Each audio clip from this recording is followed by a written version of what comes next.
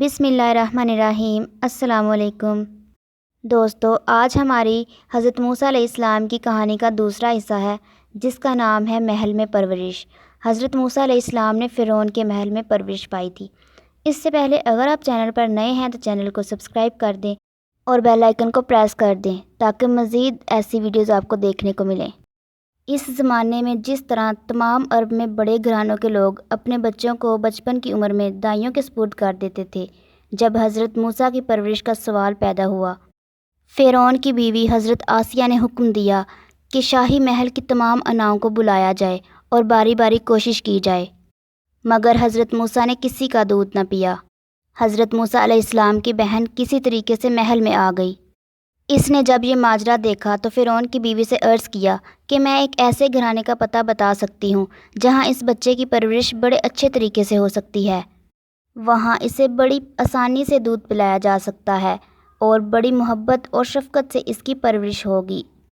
فرعون کی بیوی کے حکم سے موسیٰ علیہ السلام کی والدہ کو بلایا گیا۔ انہوں نے بڑی محبت کے ساتھ موسیٰ کو گود میں لیا، پیار کیا اور دودھ پلایا۔ موسیٰ علیہ السلام نے بڑے شوق سے خوب پیٹ بھر کر دودھ پیا۔ چنانچہ ان کی پرورش کا کام انہی کی والدہ کو سونپ دیا گیا۔ اس طرح اللہ تعالیٰ نے موسیٰ کو انہی کی والدہ کی گود میں لٹا دیا تاکہ ان کی آنکھیں ٹھنڈی رہیں اور ان کے سارے خدشے دور ہو جائیں۔ دوستو، اللہ تعالیٰ کے کام کرنے کے انداز کس قدر نرالے ہیں۔ فرعون جس لڑکے کو پیدا ہوتے ہی موت کے گھاٹ اتار دینا چاہتا تھا، اسے اس کی بیوی نے بڑے شوق سے اپنی آغوش محبت میں لے لیا اور شہزادوں کی طرح پرورش پانے لگا۔ کسی نے سچ کہا ہے، جسے اللہ رکھے اسے کون چکھے۔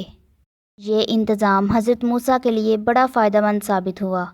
اپنے والدین، بھائی بہنوں اور اسرائیلی بچوں کے ساتھ میل جول سے وہ باپ دادا کے مذہب یعنی دین ابراہیمی سے واقف ہو گئے۔ توحید سے محبت اور شرک سے نفرت ان کی رگ رگ میں پیوست ہو گئی۔ وہ اعلیٰ اخلاق سے آراستہ ہو گئے۔ انہوں نے انسانوں سے محبت کرنا، کمزوروں کی مدد کرنا، مظلوموں کی حمایت کرنا اور ظالموں سے نفرت کرنا سیکھا۔ شاہی محل میں شہزادوں کی طرح پرورش پانے سے انہوں نے وہ تمام علوم و فنون سیکھ لیے جو اس زمانے میں رائج تھے، اور حکومت کے طور طریقوں سے بھی واقفیت حاصل کر لی۔ وہ شہزادوں کی طرح رہتے تھے، مگر ان میں نہ شہزادوں کیسے ٹھاٹ پاٹ تھے اور نہ ان جیسی اکڑ تھی، بلکہ انسانی ہمدردی، خیر خواہی اور خدمت کے جذبے سے سرشار تھے۔ چنانچہ جب جوانی کی عمر کو پہنچے تو نہایت صحت مند اور حسین نوجوان تھے، جن کے چہرے سے جلال ٹپکتا تھا، جن کے علم و فضل، سمجھ بوجھ اور ذہانت کا ہر طرف چرچا تھا، اور جنہیں ہر چھوٹا بڑا عزت کی نگاہ سے دیکھتا تھا۔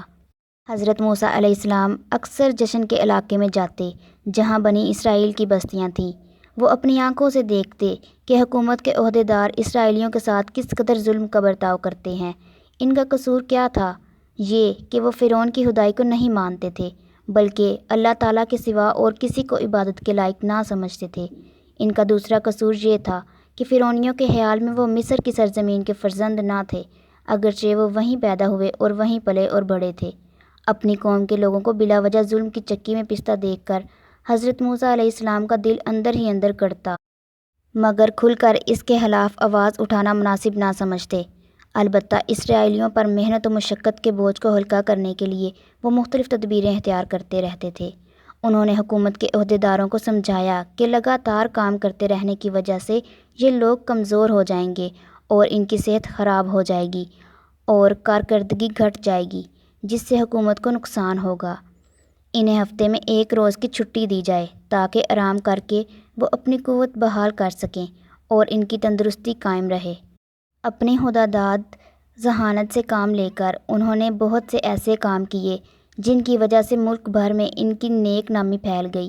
فرعون کے سرداروں کے گمان میں بھی نہ آ سکتا تھا کہ جس نوجوان کو اپنے دست و بازو سمجھ رہے ہیں وہی ان کے دست و بازو توڑے گا اور ان کی حکومت اور طاقت کا خاتمہ کرے گا۔ فرعون جو خدائی کا دعوے دار تھا، وہ بھی اس بات سے بالکل بے خبر تھا۔ حضرت موسیٰ علیہ السلام اکثر شہر میں گھومنے پھرنے جایا کرتے تھے۔ ایک دن وہ ایسے وقت گھومنے کے لیے نکلے جب سڑکیں سنسان تھیں اور ہر طرف سناٹا تھا۔ ایک جگہ کیا دیکھتے ہیں کہ دو آدمی لڑ رہے ہیں۔ ان میں سے ایک اسرائیلی تھا اور دوسرا قبطی یعنی فرعون کی قوم کا آدمی۔ اسرائیل نے حضرت موسیٰ علیہ السلام کو مدد کے لیے پکارا۔ حضرت موسیٰ علیہ السلام نے آگے بڑھ کر قبطی کو ایک گھونسا مارا۔ گھونسا لگتے ہی قبطی زمین پر گر پڑا اور دیکھتے ہی دیکھتے تڑپ کر دم توڑ دیا۔ حضرت موسیٰ علیہ السلام نے تو گھونسا لڑائی ختم کرنے کے لیے مارا تھا، ان کے وہم و گمان میں بھی نہ آ سکتا تھا کہ ایک ہی گھونسے سے قبطی کا کام تمام ہو جائے گا۔ اس لیے وہ بہت پریشان ہوئے اور اللہ تعالیٰ کے حضور میں گڑ گڑا کے التجا کی، پروردگار، میں نے اپنی جان پر ظلم کیا، میری خطا معاف کر دے اور میرے گناہ پر پردہ ڈال دے۔ اللہ تعالیٰ نے ان کی فریاد سن لی اور ان کی خطا معاف کر دی۔ وہ غفور الرحیم ہے۔ اب حضرت موسیٰ علیہ السلام نے عہد کیا کہ پروردگار، یہ احسان جو تو نے مجھ پر فرمایا ہے اس کے لیے میں بے حد شکر گزار ہوں۔ اسی دن سے انہوں نے اپنے دل میں فرعون اور اس کی حکومت سے قطع تعلق کرنے کا عہد کر لیا۔ فرعون کی حکومت ایک ظالم حکومت تھی۔ اس نے اہل ملک کو 2 گروہوں میں بانٹ رکھا تھا۔ قبطیوں کے لیے ہر طرح کے آرام و آسائش کے اسباب مہیا تھے، حکومت میں بھی ان کا عمل دخل تھا، مگر اسرائیلی زندگی کی بنیادی ضرورتوں سے بھی محروم تھے۔ انہیں اپنے مذہب پر چلنے کی بھی آزادی نہ تھی، بلکہ غلاموں کی سی زندگی گزارنے پر مجبور تھے۔ حضرت موسیٰ علیہ السلام نے محسوس کیا کہ کسی بھی ایماندار آدمی کو یہ زیب نہیں دیتا کہ ایسی ظالم حکومت قائم کرے، بلکہ اس کا فرض ہے کہ ایسی حکومت کا خاتمہ کرنے کی پوری کوشش کرے۔ قبطی کے قتل کی خبر سارے شہر میں پھیل گئی، مگر کوئی سراغ نہ ملا۔ لوگوں کے دل میں یہ خدشہ ضرور تھا کہ ہو نہ ہو یہ کسی اسرائیلی کا کام ہے، اس کا پتہ لگا کر اسے سزا ضرور دینی چاہیے۔ دوسرے روز صبح سویرے حضرت موسیٰ علیہ السلام شہر میں گھومنے گئے۔ کل کے ناگوار واقعے کی یاد ابھی تازہ تھی۔ ڈر رہے تھے کہ راز فاش نہ ہو گیا ہو اور اچانک کوئی میرا دامن نہ پکڑ لے۔ سہمے سہمے جا رہے تھے کہ پھر 2 آدمی لڑتے ہوئے دکھائی دیے۔ ایک وہی اسرائیلی تھا جس کی حمایت میں حضرت موسیٰ علیہ السلام نے قبطی کے گھونسا مارا تھا۔ اس نے پھر حضرت موسیٰ علیہ السلام کو مدد کے لیے پکارا، مگر حضرت موسیٰ علیہ السلام نے ڈانٹ کر کہا، تم جھگڑالو معلوم ہوتے ہو، ہر روز کسی سے جھگڑا مول لے لیتے ہو، کل بھی ایک شخص سے لڑ رہے تھے، آج پھر دنگا فساد کر رہے ہو۔ یہ کہہ کر وہ جھگڑا ختم کرنے کے لیے آگے بڑھے۔ اسرائیلی یہ سمجھا کہ جس طرح انہوں نے کل قبطی کے گھونسا مارا تھا، آج گھونسا مار کر میرا کام تمام کرنا چاہتے ہیں، اس لیے وہ چلا اٹھا، کیا آج مجھے بھی اسی طرح قتل کرنا چاہتے ہو جیسے کل ایک شخص کو قتل کر چکے ہو؟ تم اس ملک میں ظالم بن کر رہنا چاہتے ہو، اصلاح کرنے والے نہیں بننا چاہتے۔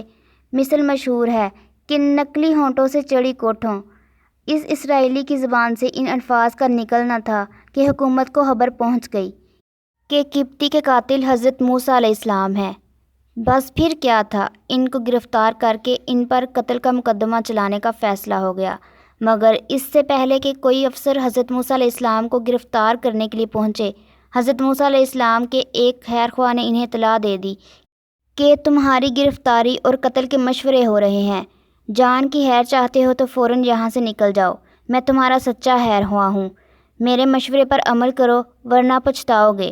یہ سنتے ہی حضرت موسیٰ علیہ السلام دارالحکومت سے بھاگ نکلے تاکہ جتنی جلدی ممکن ہو فرعون کی سلطنت کی سرحد کو پار کر جائیں۔ بات یہ ہے کہ اللہ تعالیٰ نے جس مقصد کے لیے حضرت موسیٰ علیہ السلام کو فرعون کے محل میں رہنے کا انتظام کیا تھا، وہ مقصد پورا ہو چکا تھا۔ وہ حکومت کے کاروبار اور حکمرانوں کے طور طریقوں سے واقف تھے، انہوں نے شہزادوں کی طرح پرورش پائی تھی، اس لیے فرعون اور اس کے سرداروں سے بے جھجک گفتگو کر سکتے تھے، اور ان کے دل میں فرعون اور فرعونیوں کا ذرا بھر بھی رعب اور خوف نہ تھا۔ اب ان کی تربیت کا دوسرا مرحلہ آ گیا تھا جس کے لیے فرعون کا محل موزوں نہ تھا، اس لیے قدرت کی طرف سے ایسے حالات پیدا ہو گئے کہ حضرت موسیٰ علیہ السلام کو مصر سے نکلنا پڑا۔ دوستو، مصر سے نکل کر حضرت موسیٰ علیہ السلام کہاں گئے، یہ میں آپ کو اپنی اگلی ویڈیو میں بتاؤں گی۔ ویڈیو پسند آئی ہو تو لائک کریں اور چینل کو سبسکرائب کریں، بیل آئیکن کو پریس کر دیں تاکہ ہر آنے والی ویڈیو آپ کو مل جائے۔ اللہ حافظ۔